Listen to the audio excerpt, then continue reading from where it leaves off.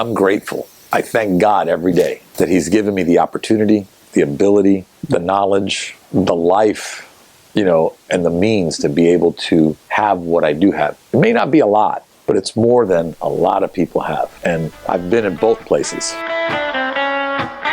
My name is Ray Llanes. I'm from Ormond Beach, Florida.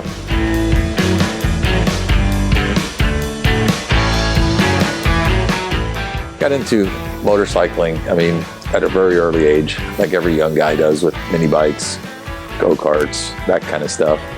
The first thing I got was I think I got a little Briggs & Stratton, like that one right there, like the piston I showed you, off of an edger.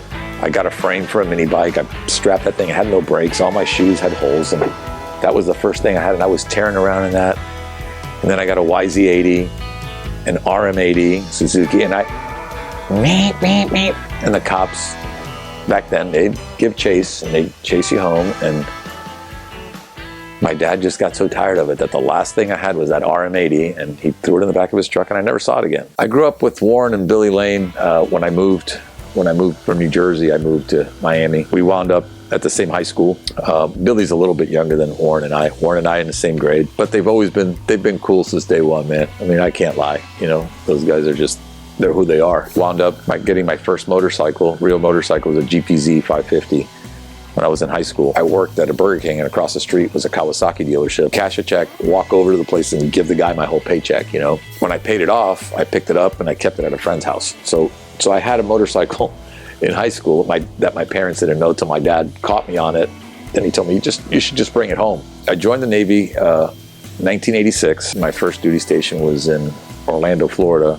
My chief had a Harley-Davidson there, and he had an old FLH, and he would ride this thing in his uniform every day. He just looked so cool coming in, just went to work. I'm like, man. I wound up picking one up, and when I was in Portsmouth, got a 67 Sportster with a Magneto. Don't recommend it. My first Harley was 1989. I've never been without a Harley since. My mom was a hairstylist, really, but she did that kind of on the weekends out of the house and that kind of stuff. But she worked at a place called Buchler Instruments, which was out of Fort Lee, New Jersey. All the electrical boards, she would sit there literally, and that's what she did all day, was solder, boards. I wanted to learn how to solder to put my radio in or do something on my car. I was trying to drop the solder on top of the wire. She's like, no, because you put the flux on here, and she goes, and just be patient. I have her soldering iron in my toolbox.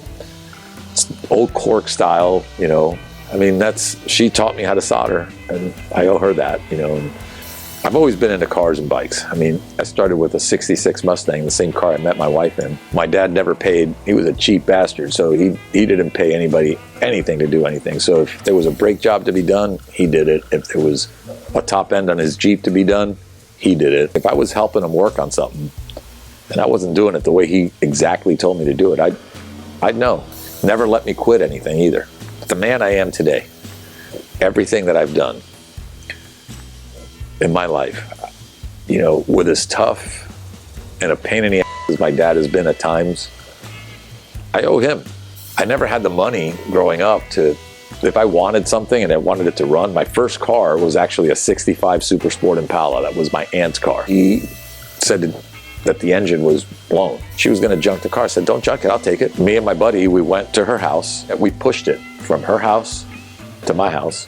I was in auto mechanics class, and I was like, I'll ask the teacher what's wrong with it. It became a class project without knowing what the hell I was doing, with some guidance of my dad, but pulled the hood off so I could sit in the car, and so we set everything up, points were gapped, everything was ready to go, fired it up, and it ran. So that was my car. That was my first car. I traded that for that 66 Mustang. My dad wanted to kill me because he really liked that car. Me and my roommate picked up a 1989 Sportster. We each did. It was an 89 883. And they were hard to get. I had to get it at the Navy Exchange. That's when Daytona became a thing for me, because I came and I picked up the bike from Dick Farmer's Harley-Davidson here. And I was like, oh man, look at this, look at all these people. That wasn't the last of it. When I got out of the Navy, I was broke. I had sold everything because it was hard finding a job, when you get out. Once I got on my feet, I met my wife, and shortly after I met her, I wound up picking up a Sportster. It was like a 1980. I traded that Sportster to this guy that had, he tells me, no, I have a shovel head. I was dying for a big twin. You know, I was like, I had the Sportster and I was like, man, I wish I could get a big twin. And I had no money to buy one. So he goes, oh, I have an FLH. He goes, it's a 72. If you want to trade, I'll trade you, but I can't give you no money. I said, it's all right. I had a storage unit. He tells me, hey man, this bike's been sitting since Hurricane Andrew, 1992. Today it would fit in like as the perfect motorcycle. But back then it was just like, I was like, man, this thing is dirty. The paint's peeling off. It was that light blue. So it almost looked green from the gas, you know, like just dripping all over it. We got in the back of the truck and I was like, never been happier. I was so happy that I told my friend, drive, I'm gonna sit back here because that way it doesn't fall over. And he's like, yeah, I don't think you can hurt that thing. And so I went to this shop called Heaven Cycle that's in Miami and I bought a battery. I told, man, I need a carb rebuild kit. Got a set of points, put the points in, cleaned the gas tanks out, took all the gas, all the old gas, all that stuff. I fired this thing up and it was and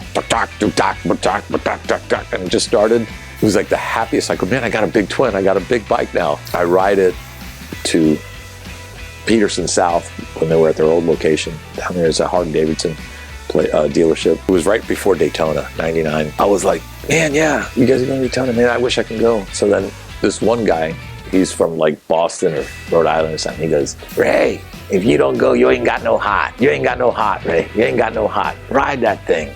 That resonated. You ain't got no heart. I got plenty of heart, man. So at 4 o'clock in the morning, we met in front of that dealership. And dude, I will not lie. I lost spot lamps. You know those tanks are notorious for leaking on the inside, right? Well, all this gas is all over my crotch and I'm like just riding going like, whoa. The first thing I did when I got there was like clean myself off because it was just gas everywhere. We took those tanks off while we were there, put JB Weld, did whatever we had to just to slow down the leaking because that's how I got here. I wound up painting that bike myself, red and white. I restored it like it looked, dude, just clean and beautiful. My career, you know, I retired Miami, you know. I was in law enforcement there for 23 years. I wanted to be a fireman. You know, if I could do it all over, I'd probably be a fireman because that's what I really, really wanted to do. But when you're recently married, you got a kid coming, I was not making very good money. Thank God my wife at that time was making good money. When I finally got hired and I went to the academy and I did all those things, I was like, God, what a bunch of dorks, you know? It's like, these people are so uptight. Wow, this is not me, you know? But then I found a couple of guys that were like me, that had motorcycle interest. And this bench came from my garage in Miami. My toolboxes came from there. I had my 49 Ford and I had different cars. And I never really had the space. We moved up here, I said, look, first thing I want is I want a house that has a decent sized yard, okay, where I could have a shop in the backyard. I wasn't buying a shop, I was buying a house. So the house had to be right. I'm gonna pull the permit and tell me, well, it's all good, but you can't have a 12 by 24 shed there. It can't be any bigger than 150 square feet. You know, it's kind of like a Ripley's Believe It or Not, like everything's shrunk down. That's what I was telling you about the dog. But small lathe, small drill press. You know, when it's cold as hell out here and it's, you know, you get condensation and stuff, you know, from the heat. If it rains in there, the water just kind of rolls back here. So outside of it just being small, I do everything. I mean, I can do it all here. I've considered moving out of here into my garage. Stuff that I could do, like changing a tire or something. I got my scissor jack over there, and how we're sitting in here with that door closed, you know, after a long day, come in here and just, I'd be in here till 3 o'clock in the morning. I would be running my music. The tools, I'd buy a ton of shit from Harbor Freight, I'm not gonna lie. I needed a lathe, I went and I got one. You know, I needed a TIG welder, I went and I bought one. You know, I've had my share of cool bikes, you know, that were just bikes that were sort of stock, you know, but they were nice shovel heads, you know, and I have a pan head that's my forever bike. Not a bike that I built, but that Warren built for me, you know the bike. I mean, if you look around here, everything has a story for sure. At the corner down there, that Jersey tag was my dad's tag for his Jeep. And all these tags here are all my cars when I was a kid. And then, of course, you look over here and I got some of the, I don't have much wall space, but I have a little bit of everything that's important to me, you know. I mean, these are just shows like from last year that I won and stuff like that. the Dennis Kirk garage build from last year. I haven't really brought that other stuff. I'm going to have to start putting them up here. This was probably the best Sons of Speed, which was the first Sons of Speed for me anyway. Warren, you know, is a special cat to me, man. I mean, we've been friends for a long time, and that's why that hangs there. And then, of course, Grimy and Steven, you know, two dear friends, great guys. I remember going to shops, you know, when I was younger, and I see all these old guys with all their stickers and shit. I go, man, this sticker slapper, what the hell is this guy doing? Stickers everywhere. Well, I get it now. Where are we going to be 20 years from now, 15 years from now, 10 years from now?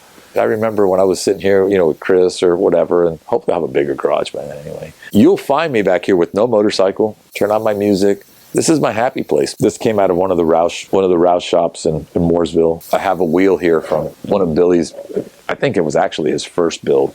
It was that Frankie's bike that he did. It was an Easy Rider, I think. It was a blue and white bike. You know, anything that I've ever liked, you know, I've always like said, I want to explore that. And I'm gonna make myself good at it. I'll always stay in my lane. You know, I know where my strong points are. I know where my weak points are, and I think we all have them. And like I told you, and there's a certain small group of people that can do it all, and they're out there. And God bless them. I mean, they can do it all. As we go along, we learn, and hopefully, you know, you make whatever you do, you make the next one better than the last, and that should be